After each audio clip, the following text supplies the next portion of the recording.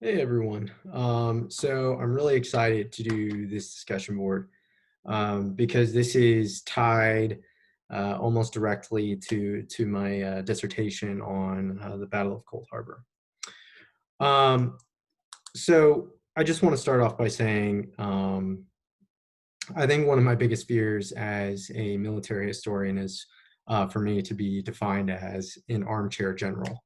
Um, I think one of the biggest issues that military historians tend to run into is looking back at battles with 2020 hindsight, and it's very tactically based. It doesn't really reflect the context or the nuance that is surrounding the battle, that is surrounding command decisions, or even the fog of war for that matter.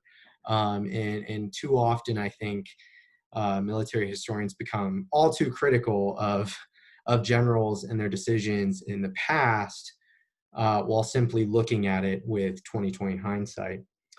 Um, which leads me to this first article, which was on JSTOR, entitled "What Should the U.S. Army Learn from History? Recovery from Strategy Deficit." And this was written by Dr. Colin S. Gray.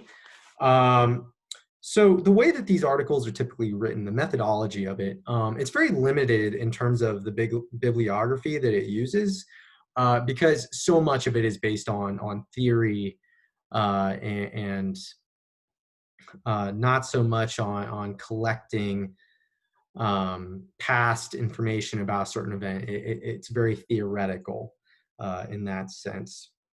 And so Dr. Gray, um, on page VII, uses data from the past to try to clear that fog of war and determining a gamble for deciding war. What can we take from past wars and apply them to present wars, because there is such a large fog of war in an uncertain future that surround the conflicts in the current day.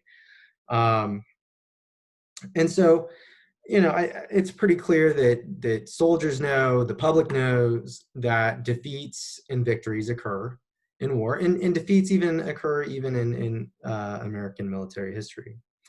Even despite the overwhelming manpower, despite the advanced technology, everything, um, which he cites on page 3.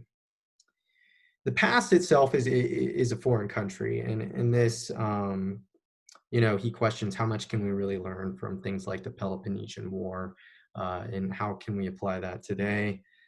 But this tactics and the strategy by itself may not really be applicable, but by and large, the victories and defeats that occur, largely the defeats, are political.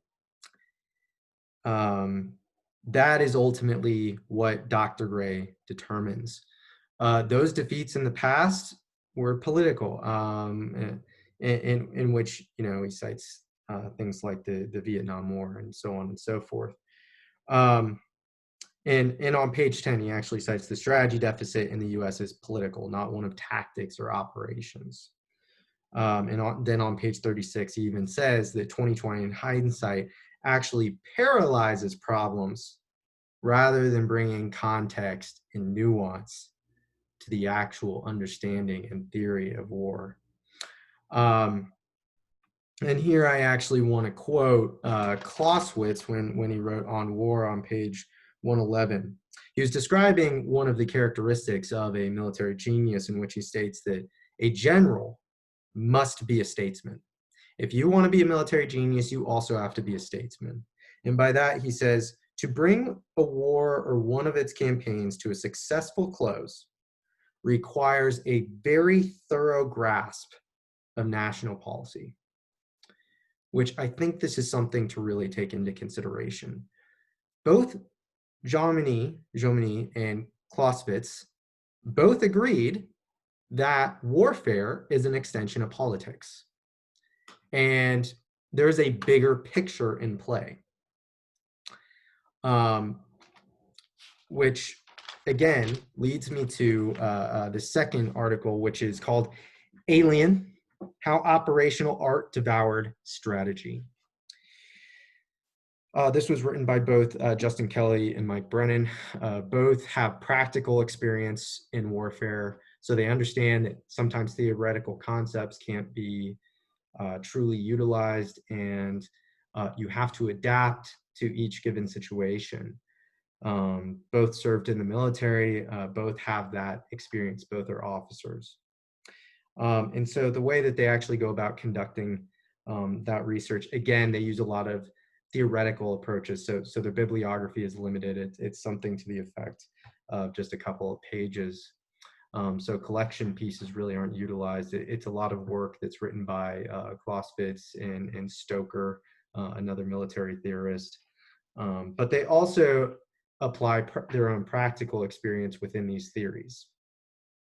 So basically, they're making this argument here that that the strategic and tactical matters on page 85, they cite this, often flow into each other. Okay, so on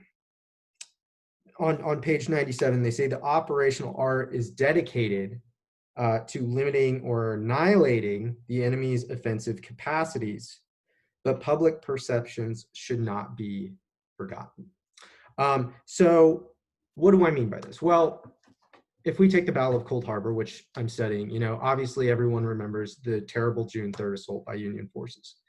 But often what is forgotten in memory is the Confederate probes and limited offensives against Union lines between June 4th to June 7th, and then even the constant skirmishing between June 8th to June 12th.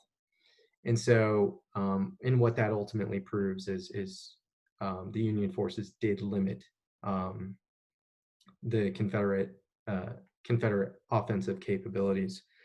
And so, again, it's largely political. On page 87, they cite that it's important to manage domestic politics of war, and they even cite the State of the Union strategy in 1864. And the reason why there were such high casualties wasn't because Grant just endlessly threw men. It's because he was forced to take the overland route. He was forced to put a Union force between the Washington capital and the Richmond capital. And that wasn't ordered directly by Lincoln. And so Grant worked with what he had, and he maneuvered. It was a campaign to maneuver, not one of blood and guts. The battles were a means to the outcome of the Overland campaign, which ultimately proves it to be a Union victory. However, the Confederates ultimately won the game of manpower, given that they very much hindered the public's perception of the war because of the high casualties. And even the public today does not have much acceptance for high casualties in war, which, you know, quite frankly, is a good thing. But just to wrap all this up, both of these articles discuss theoretical military interpretations, which are needed for any military historian. Military historians can't go into studying a battle or wars without that knowledge, without the understanding of Clausewitz, Jomini, Vauban, even guys like Dr. Stoker. All of these military theorists need to be taken into consideration. And while it is only theoretical in its approach, the reality is it really gives military historians an understanding as to why those decisions were made in the bigger picture, versus just, you know, talking about why General so-and-so should have done this instead of that. And so I think that absolutely applies to my dissertation here. I look forward to hearing from all of you as well. Thank you.